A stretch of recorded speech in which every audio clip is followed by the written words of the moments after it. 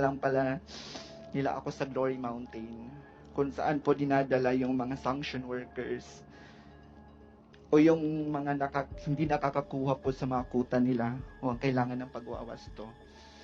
Ako po ay naging landscaper ni Kibuloy sa Glory Mountain. At doon ko na po naranasan ang pananakit mismo sa kamay ni Kibuloy. Pag hindi po siya nagagandahan sa aming landscape sa mansyon niya, sinasampan niya po kami at pinahampas. Mga apat beses ito sa isang linggo.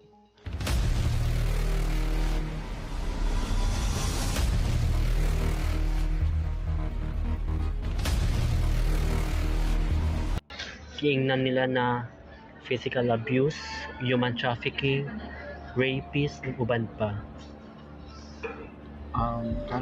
Karon mga kapatid no, kami ang uban pa nagawas mi sa kingdom, may mga kanya-kanya po kaming rason. Hindi po kami lumabas because na-experience namin yung physically and sexual na pang-aabuso daw na ginagawa sa loob. In fact, grabe jud ang pagkamaayo ni pastor sa among mga kinabuhi. Pinaaral kami. Pinaaral kami. Bitaw no, kahit nasa gawas meron, grabe pa jud ang pagkamaayo ang samahan na pinagi sa iyang tinudlo na anak, Pastor Apollo si Kibuloy. So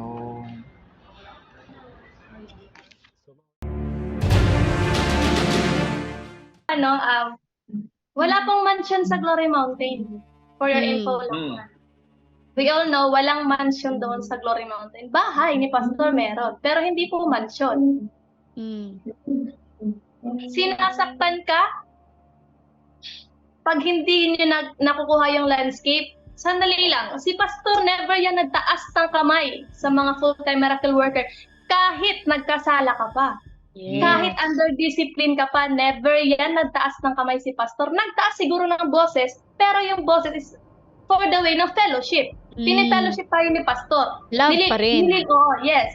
Kasi nga sabi ni Pastor, ang disiplina dito sa Kingdom Nation is pagmamahal Form of yan love. ng ilang ama. Yes, sa atin. Pero hindi ko lang lubos maisip na sasabihin mo yan na sinaktan ka.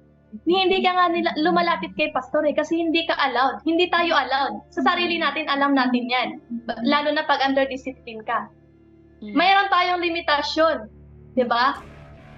Leaders lang ang pwedeng lumapit kay Pastor if meron pong mga instruction na pwedeng ipatupad sa Glory Mountain. Kung may iuutos. Pero sa ating na part, Michael Morillo alias Rene, never kang nakalapit kay Pastor. Tanawa. Never kang nakalapit kay Pastor. Hindi ka nga kilala ni Pastor kasi bagong worker ka lang. Linawin ko lang sa iyo ha, hindi tayo sinasaktan sa Glory Mountain. Ako, 8 months ako sa Glory Mountain. Minsan nga hindi tayo pinagalitan ni Pastor. Hindi nga natin na-meet si Pastor personally araw-araw eh. At Pero hindi kung lahat totoo- nakakalapit kay Pastor. Yes, kung tutusin lang, no? Bago ako bumaba sa Glory Mountain, Michael Morillo, nandun ka nung tinawag tayo ni Pastor for fellowship. Ipapatotoo ko sa'yo, first time ko nakausap si Pastor personally sa coffee shop, alam mo yon. At marami nakakaalam niya ng mga leader sa Glory Mountain. Pero ako nga personally kinausap ako ni Pastor, pero never yan nagalit si Pastor. Never akong pinagtaasan ng kamay. Doon makasalanan ako that time. Pero alam mo, ang tinanim ni Pastor sa akin, fellowship.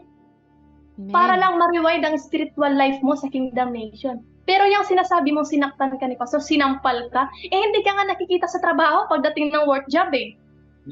Nakikita ka lang pag panahon ng kainan. Siguro na. magtatrabaho ko naman, pero alam mo yung labag sa loob mo. At alam mo kung saan ka naka-area. Kahit di ko nasabihin, alam mo saan ka naka-area. Sa Glory Mountain. Alam natin sa bawat isa sa atin na na-assign sa Glory Mountain, alam natin saan tayo naka-area. Bulaklak lang. Kayo nga, wala kayong inaalagaan na bulaklak. Wait nga po pala.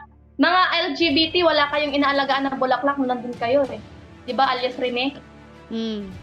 Ang gagawin nyo lang doon, pag maiuutos lang sa inyo, yun lang naman ang gagawin nyo. Magtanggal lang ng dahon ng pine tree. Mabigat ba yun na trabaho? Tapos sasabihin mo, sinaktan ka? Actually,